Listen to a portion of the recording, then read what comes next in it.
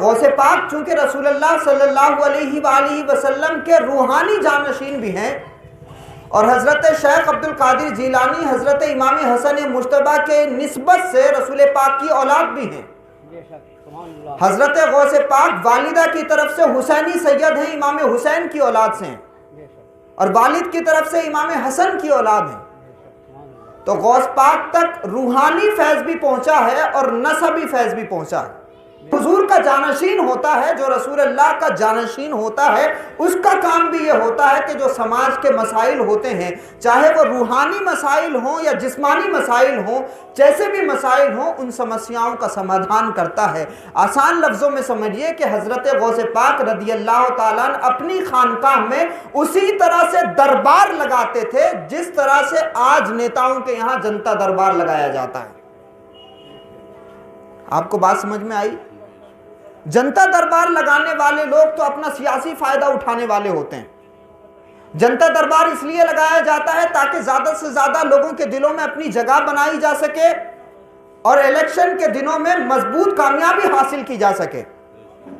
तो जो जनता दरबार लगाती है दुनिया, या जो सियासी ओहदेदार लोगों की मदद करते हैं, तो उस मदद के पीछे उनका मकसद छुपा होता है कि जब हम इलेक्शन में खड़े होंगे तो यही लोग हमारी मदद करेंगे।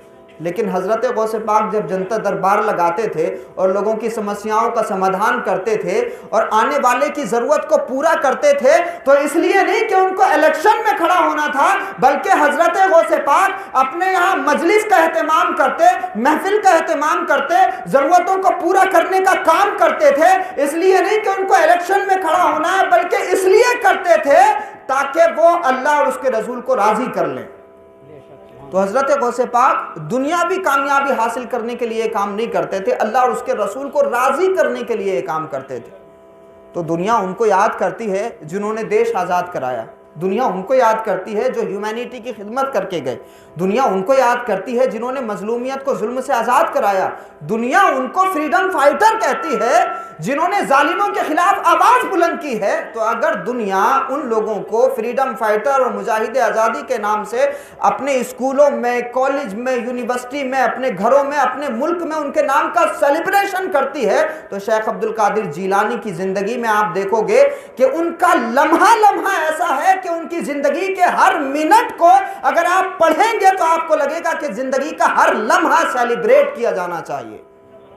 शेख अब्दुल कादिर जीलानी, आपको समझ में आया कि 11वीं शरीफ की मजलिस में वो क्या करते थे? तो ये काम चूंकि रसूलुल्लाह ने किया, आका अलैहिस्सलातु वस्सलाम की बारगाह में अगर कोई ज़रूरतमंद आया, कहा हुजूर मेरे पास में कोई रोज़गार नहीं है, मेरे पास में कमाने का साधन नहीं है, तो रसूलुल्लाह ने सिर्फ हाथ उठा के दुआ नहीं फरमाई कि भाई अल्लाह तुम्हारे कारोबार में बरकत दे, बल्कि रसूल पाक सल्लल्लाहु अलैहि वसल्लम ने फरमाया कि ये पैसे लो और जाकर के कुल्हाड़ी ख़रीदो और उस कुल्हाड़ी से फिर लकड़ियाँ काटो और लकड़ियाँ काट करके बाज़ार में बेचो। आका अलैहिस्सलातु वस्सलाम ने पैसे दिए, कुल्हाड़ी ख़रीदी, उन्होंने जाके लकड़ियाँ काटना शुरू की। अल्लाह रब्बुल इज़्ज़त ने उनके कारोबार में ऐसी बरकत अता फरमाई कि फिर उनकी दौलत की फरावानी हो गई और फिर बेहिसाब अल्लाह रब्बुल इज़्ज़त ने उनको दौलत अता फरमा दी। तो रसूलुल्लाह ये भी बताते थे कि नमाज कैसे पढ़नी है और हुजूर ये भी बताते थे कि कारोबार कैसे करना है। तो हजरत गौस पाक शेख अब्दुल कादिर जीलानी उसी नबी के जानशीन है कि जिस नबी ने इंसानियत की सारी समस्याओं का समाधान किया। तो गौस पाक की बारगाह से लोगों को रोजगार भी मिलता था, गौस पाक की बारगाह से बेवाओं को वजीफा भी मिलता था, गौस पाक की बारगाह से यतीमों को सहारा भी मिलता था। शेख अब्दुल कादिर जीलानी की बारगाह से जो इल्म की भूख लेकर के आते थे, गौस पाक उनकी तालीमी भूख भी मिटा दिया करते थे। तो जिंदगी का कोई एक पहलू नहीं है शेख अब्दुल कादिर जीलानी की, सिर्फ तस्बीह घुमाना और सिर्फ नमाजें पढ़ना ये एक पहलू नहीं है। गौस पाक की जिंदगी में हर पहलू आपको मिलेगा। और जो भी अल्लाह का वली होता है, हजरत महबूब इलाही ख्वाजा निजामुद्दीन औलिया फरमाते हैं कि अल्लाह तक पहुंचने के बहुत सारे रास्ते हैं, बहुत सारे रास्ते हैं, लेकिन अल्लाह तक पहुंचने का सबसे आसान रास्ता है अल्लाह के बंदों की खिदमत करना। किसकी खिदमत करना? अल्लाह के बंदों की। अल्लाह के बंदे हिंदू भी हैं, मुसलमान भी हैं, अल्लाह के बंदे सिख भी हैं, ईसाई भी हैं, अल्लाह के बंदे बौद्ध भी हैं, दलित भी हैं, अल्लाह के बंदे पारसी भी हैं, जैनी भी हैं। तो हजरत महबूब इलाही फरमाते हैं कि जो अल्लाह के बंदों की मदद करता है अल्लाह रब्बुल इज्जत उसको जल्दी अपना रास्ता अता फरमा देता है। और आका अलैहिस्सलातु वस्सलाम की हदीस है, हुजूर इरशाद फरमाते हैं अल खल्क़ु कुल्लुहुम अयालुल्लाह, कि ये सारी मखलूक अल्लाह का कुनबा है, ये सारी मखलूक अल्लाह का खानदान है। इंसान भी अल्लाह की मखलूक में आते हैं, जानवर भी अल्लाह की मखलूक में आते हैं। अल्लाह के रसूल फरमाते हैं कि ये सारी मखलूक अल्लाह का कुनबा है। अगर कोई अल्लाह की मखलूक पर रहम करता है, अल्लाह की मखलूक से प्यार करता है, अल्लाह की मखलूक से मोहब्बत करता है, तो अल्लाह रब्बुल इज्जत अपने उस बंदे को महबूब बना लेता है, उसको वली बना देता है। और रसूल पाक ने फिर हदीस भी बयान फरमाई, आका अलैहिस्सलातु वस्सलाम इरशाद फरमाते हैं कि लोगों, दोनों पहलू हुजूर ने बयान फरमाए। हुजूर इरशाद फरमाते हैं कि लोगों, एक खातून थी जिसने बिल्ली को कैद कर दिया था, उसका कबूतर बिल्ली ने खा लिया और बिल्ली को उस औरत ने कैद कर दिया और कैद में उसकी जान चली गई, वो बिल्ली मर गई। अल्लाह रब्बुल इज्जत ने बिल्ली की हत्या करने की वजह से, बिल्ली को कैद करने की वजह से उस औरत को जहन्नम में डाल दिया। और फिर हुजूर इरशाद फरमाते हैं कि लोगों, बनी इसराइल का एक शख्स था, वह रास्ते में जा रहा था, उसको तेज प्यास लगी, पानी कहीं नजर नहीं आया था। तलाश करने के बाद में एक जगह कुआं उसको दिखा, वो कुएं में उतरा, पूरा खुद तो मुतमईन हो गया, खुद सेटिस्फाई हो गया, उसकी प्यास बुझ गई। जब वो आया बाहर कुएं से तो उसने देखा कि एक कुत्ता जबान लटकाए खड़ा है। उस बंदे ने थोड़ी देर तवक्कुफ किया, वो रुका और उस कुत्ते पर उस बंदे को रहम आ गया और बनी इसराइल का वो शख्स फिर कुएं में गया, उसने अपने मोजे में पानी भरा और पानी भर करके उस कुत्ते को पिला दिया। रसूल फरमाते हैं, आका अलैहिस्सलातु वस्सलाम ने इरशाद फरमाया कि कुत्ते को पानी पिलाने की वजह से अल्लाह रब्बुल इज्जत ने उसको जन्नत अता फरमा दी। तो लोग जानवरों के नाम पे ऑर्गेनाइजेशंस बना रहे, लोग कुत्तों के नाम पे तहरीकें बना रहे, और वही लोग कुत्तों को इज्जत देते हैं और उनकी नजर में इंसानियत गिर गई है। उनके नजदीक कुत्ते गाड़ियों में चल रहे हैं और इंसान फुटपाथ पे सो रहा है। ये तरजीहात भी बदल गई।